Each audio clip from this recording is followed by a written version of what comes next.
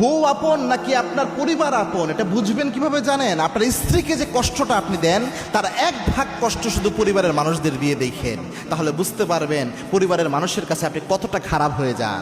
অথচ আপনার স্ত্রী আপনার কাছে কত কষ্ট পায়, কত অবহেলা পায়, তাও আপনার কাছে পড়ে থাকে, তাও আপনাকে ভালোবাসে, সব ভুলে যেয়ে আপনাকে আগলে নেয়। এরপরে আপনি যখন শেষ সময় কোনো উপায় আপনার থাকবে না, আপনার ছেলেরা যখন তার সংসার নিয়ে ব্যস্ত, মেয়েরা যখন তার ফ্যামিলি নিয়ে ব্যস্ত, এরকম মুহূর্তেও আপনার একমাত্র সঙ্গী হবে আপনার স্ত্রী।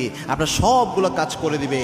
আপনি ছোট্টবেলায় মাসুম অবস্থায় যখন ছিলেন, আপনার মা যেভাবে আপনার জন্য ঢাল হয়ে গিয়েছে, ঠিক একইভাবে বৃদ্ধ বয়সে যখন ওই বাচ্চার মতো অবস্থা আপনার হয়ে যায়, ওই সময় আপনার স্ত্রী আপনার পাশে থাকবে।